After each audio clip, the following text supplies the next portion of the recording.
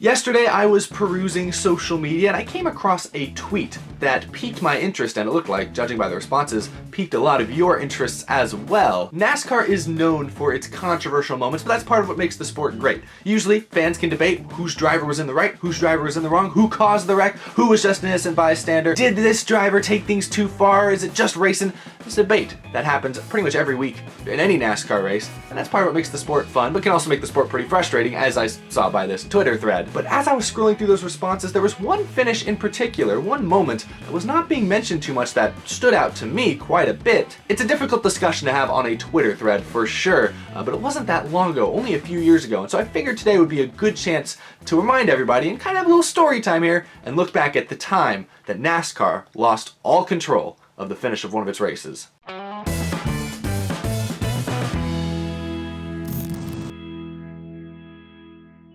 How's it going, y'all? My name is Eric, and welcome to a slightly different version of Out of the Groove. You know me if you know this show at all. I usually come in here and talk about current events, current NASCAR news, notes. I give you guys my opinion, I talk about rumors, but today I figured we'd do something a little bit different. We're going to look back in time a few years here. Because I've only been doing this show for about 3.5 years and it's changed quite a bit during that time, there are a lot of memorable modern NASCAR moments that I never got to go back and kind of react to or analyze, and today I thought it'd be very fun to do just that. So this weekend I'm going to be analyzing the finish primarily of the Camping World 500 at Talladega Superspeedway at the end of the 2015 season. This was a very notable race, a very notable finish because it left pretty much everyone frustrated, confused, in many of the cases disappointed, and I'm not just talking about the fans, I'm talking about even most of the drivers. This finish was just universally judged to be an absolute mess.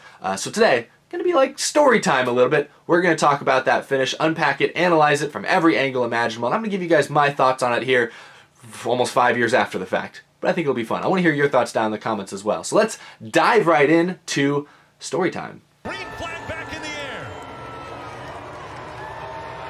The four not going. They wreck behind him. The green flag is out as they cross the start-finish line. Trying to get back up to speed. Caution comes out. Now the question is, who was in front? Stay in front of them. Stay in front of them. So let's paint the setting here for just a moment. It's Talladega, the final race of the round of 2 in the 2015 playoffs, or chase as they were calling it back then. Joey Logano had already won the first 2 races of the round. He was on a roll, and he was leading this race with 2 laps to go after Greg Biffle, who was on a different strategy, had to pit for fuel. Lining up next to Logano on the front row for this restart was Dale Earnhardt Jr. at Talladega, Earnhardt country, and in this case, Dale Earnhardt Jr. was in a must-win scenario, being too far below the cut line to make it up on points. And the third key player in this story is Kevin Harvick, restarting a few rows further back around the edge of the top 10.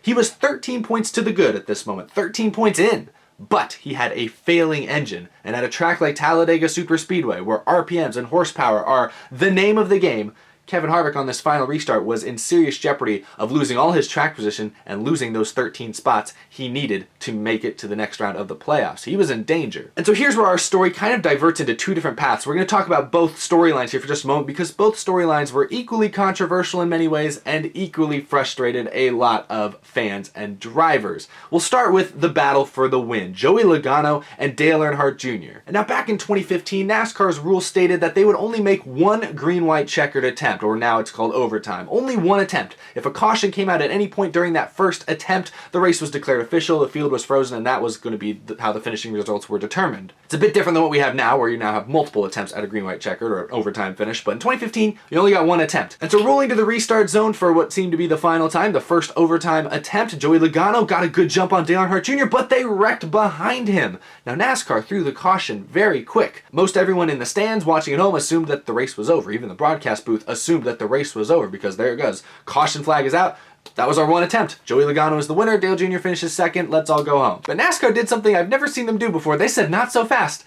They claimed that that was not a legitimate green-white checkered attempt because the field never saw the green flag. Kind of a loose interpretation of the rule, perhaps. I mean, fair enough. The wreck happened before the leaders got to the start-finish line, so if that's what you're judging the rule by, I don't know what it says in the rule book, but that seemed like a loose interpretation of it even at the time. I mean, the flagman did have the green flag out at one point. He quickly pulled out the yellow flag, but they did see the green flag. I mean, in a literal sense of the word, but NASCAR nonetheless lined him up for a second restart. Also, the cynic in me believes they probably threw the caution as quick as I did to make sure Dale Earnhardt Jr. got a second attempt to try and race his way in, because if they'd frozen the field and the race was over then, Logano would have moved on, Dale Jr. would have been eliminated, and in Earnhardt country, you gotta believe NASCAR wanted to give Junior the best shot he had of getting a chance at winning the race. That's the cynic in me. I think there's some truth to it, but yeah, that's just my opinion. I'm kind of removing myself from the story for just a minute here, but let's jump back in. On the second green flag attempt, once again, Logano got a solid jump, but once again, they wrecked behind them. But at least this time, the leaders made it past the start-finish line before NASCAR threw the caution flag, so at this point, the race was declared official.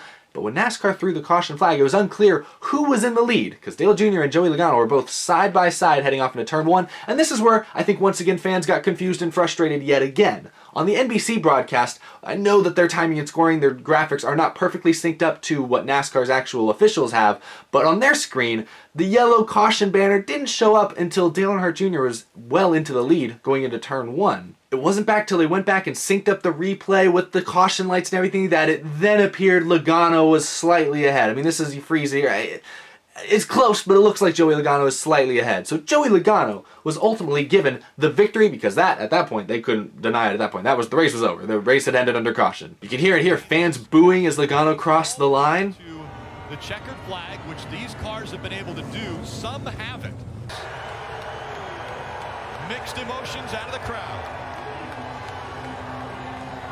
And they would boo some more during his burnouts, throw beers on the track. Don't throw beers on the track, guys. I'm never going to condone throwing things onto the racetrack, but it was clear Talladega fans were confused and somewhat disappointed with the results. Now, you can't blame him entirely. Joey Logano won the race. He played by the rules. He won the race straight up, but fans are going to be fans, you know? One of the reasons I'm sure a lot of these fans were frustrated is that if NASCAR had waited maybe 2 more seconds to throw the caution flag, Dale Earnhardt Jr. would have been in the lead. He had the momentum on that bottom lane. He was coming to the front, but when NASCAR threw the caution, Logano had not yet given up the position. So some fans were upset that NASCAR chose to throw the caution as quickly as they did. Personally, I'm going to remove myself from the story again here. I think NASCAR probably waited even too long to throw the caution. They probably should have thrown it a couple seconds earlier, which would have definitely given the win to Joey Logano. I think NASCAR made the right call there. I mean, obviously retroactively, looking back at this 4.5 years later. But yeah, NASCAR made the right call there throwing the yellow flag. You had multiple cars wrecked. You had a couple cars on fire. You have to throw the caution there. I know NASCAR wants to finish these races under green, but you had to throw the caution right away. There's cars not able to drive away from the scene of the wreck. That's what you gotta do. I think NASCAR was consistent in throwing the caution in this case. But a lot of fans weren't happy, and a lot of fans in the stands especially were confused. But that's just the first story of today's episode. The second story is where things get a lot juicier and a lot more interesting, and this is where things become more difficult to talk about. If we look again at the wreck here that ended the race, this is where that third character in our story, Kevin Harvick, comes into play. He was right at the center of it. The fourth, Kevin Harvick, said he had a hard time accelerating. You see there, he doesn't go. The 6 goes to the outside, and the 4 catches him in the bumper, spinning the 6, but behind them, there's even more contact. Now remember what I said, at this point Kevin Harvick had a failing engine. He was only 13 points to good in the standings, so if things had went green for those final 2 laps, he was not going to get up to speed. Good chance he was going to end up the last car in the lead lap, which would have likely knocked him out of the playoffs at that point. And so this is where the controversy really begins to turn into something noteworthy. Many fans believe that Kevin Harvick intentionally turned Trevor Bayne and wrecked the field there to intentionally bring out a caution to save him from losing any track position and losing his chase spot. Kevin Harvick's denied it. Rodney Childers, his crew chief, has denied it, but many drivers called Kevin Harvick out for wrecking the field on purpose. It was a pretty tough ending. You know, the 4-0 knew he was blowing up and, told everybody he's going to stay in his lane. Well, he did that so somebody got outside of him and he could cause the wreck to finish the race. So we got tore up 2 weeks in a row. He knew he was probably going to be 30th last car on the lead lap, so caused the wreck. And Trevor Bayne also alleged that Kevin Harvick wrecked him on purpose. Denny Hamlin also put out a tweet later that night. What a joke. We have a car with no motor wreck the field to end the race? Complete crap. Sorry to anyone who spent money coming to this circus. Denny Hamlin right there calling the end of this race a circus is yet another example of how I believe drivers, fans, everyone alike believe NASCAR lost control of the end of this race. Did Kevin Harvick wreck the field on purpose? NASCAR's Mike Helton says they never found any conclusive evidence that Kevin Harvick wrecked the field on purpose or did anything wrong. Helton said later, "We believe so far that we did everything procedurally correct and the 4 car did nothing wrong. We don't see anything there that is suspect so far. But I've been around long enough to know that something could crawl out of the woodwork in the next 24 hours. Nothing ever did crawl out of the woodwork. Kevin Harvick was not disciplined in any way, shape, or form for the end of the race. They had audio from Rodney Childers, his crew chief, right before that final restart, telling Kevin Harvick, hopefully they wreck right past the start-finish line. Might end up with something, or else we'll be out. Not damning evidence or anything like that, but definitely maybe add some fuel to the fire that Kevin Harvick wrecked Trevor Bayne on purpose. We also have in-car camera footage from Kevin Harvick, and you can see he's fighting the wheel a little bit because he's skidding the tires, not getting up to speed, but then he just seems to hang it right into Trevor. He does, I mean, that wheel was at a 45-degree angle to the right. It was kind of this, and then it was that. Alright, I'm going to remove myself from the story again because I'm going to give you guys my opinion. I told you guys I was going to analyze this, and this is an opinion channel, opinion show.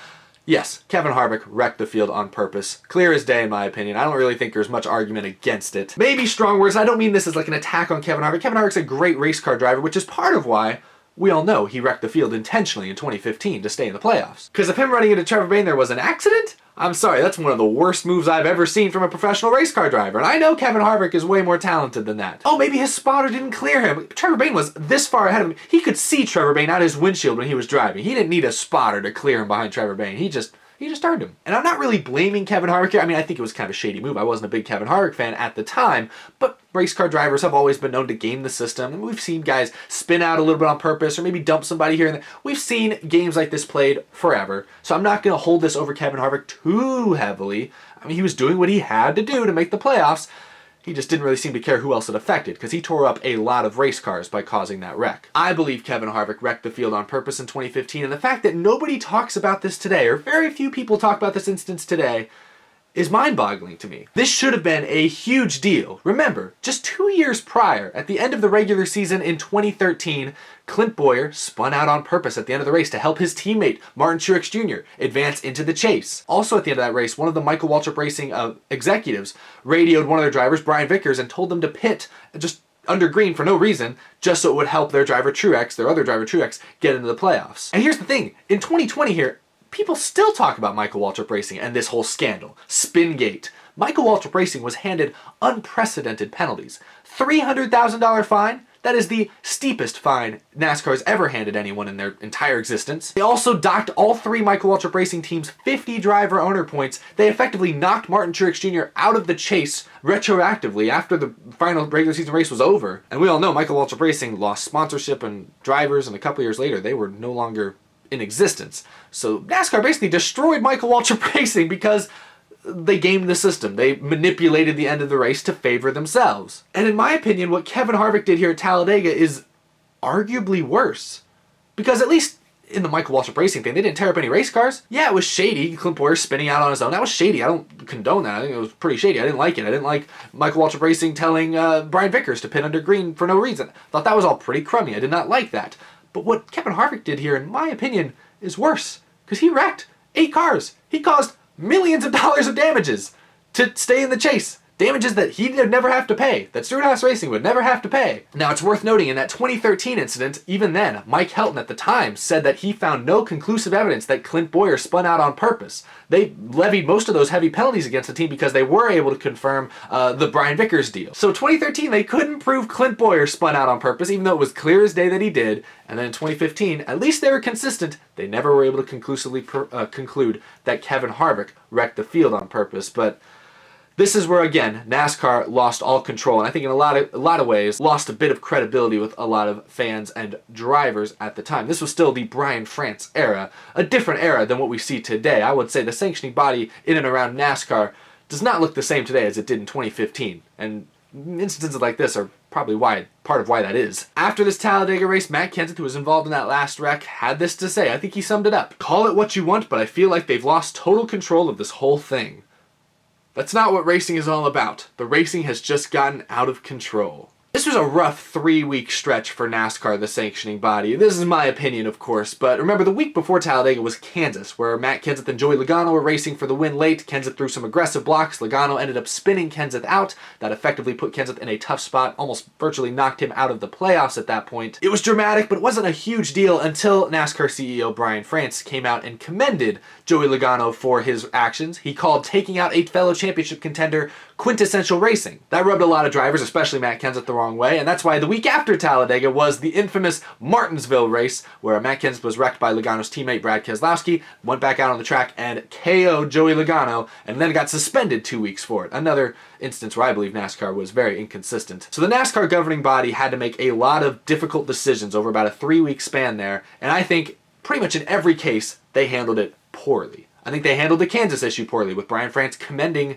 wrecking the leader. I think at Talladega here, Kevin Harvick and Stewart-Haas Racing should have been given some sort of penalty. Didn't have to knock them out of the playoffs entirely, but there should have been at least a fine or something involved there, because it seemed pretty conclusive to me and to every other driver watching that he did that on purpose. And then, of course, Martinsville, I've done videos on that, my opinion on that in the past. I don't think Matt Kenseth should have been suspended. Jeff Gordon wasn't suspended in 2012. I don't know why Matt Kenseth was suspended in 2015. A penalty, of course, was warranted, but suspension did not seem consistent with past penalties. So NASCAR and the sanctioning body and the fans, I think, all were extremely frustrated with about a 3-week span there in the middle of 2015. But I summed it up at the end there. This is probably one of the more glaring examples in recent memory where NASCAR just lost all control of what was happening in front of them. And not very many fans talk about this instance still today, but looking back at that tweet, when I talked about moments in NASCAR history that just make me mad, oh, this one gets my blood boiling. Fans leaving the track confused, fans watching at home confused, everyone frustrated. This was a rough day for NASCAR, but it's a day that luckily they've overcome. Talladega still packs the stands twice a year. We've seen some absolutely phenomenal racing at Talladega, especially the last couple of years. Even the playoffs, the chase. In 2015, they were still trying to figure out this whole knockout round format thing. It was not perfect at the time. It had a lot of flaws. They've tweaked on it, they've adjusted on it. I think the current playoff format is much better than what they had in 2015, and I think a lot of fans have started to come around on it. Not everyone, but I think some fans have started to come around on it and have started to embrace it for what it is. So they've started to figure that out as well. They've made improvements, but man, this day in 2015 was painful to watch. It was tough to be a fan that day. Anyway, I feel like this was a bit of a darker mood than my episodes usually handle. This lighting's kind of harsh as well. I might have to adjust on that a little bit. But thank you all for watching. I hope you found this interesting, this rough trip down memory lane. But I hope you guys enjoyed this video. Subscribe if you are new. Follow me on Twitter, follow me on Instagram. All those links are down in the description below. Thank you all a ton for the support. Hope everyone is staying safe out there. We'll be back very soon with more videos. Thanks for watching, everybody.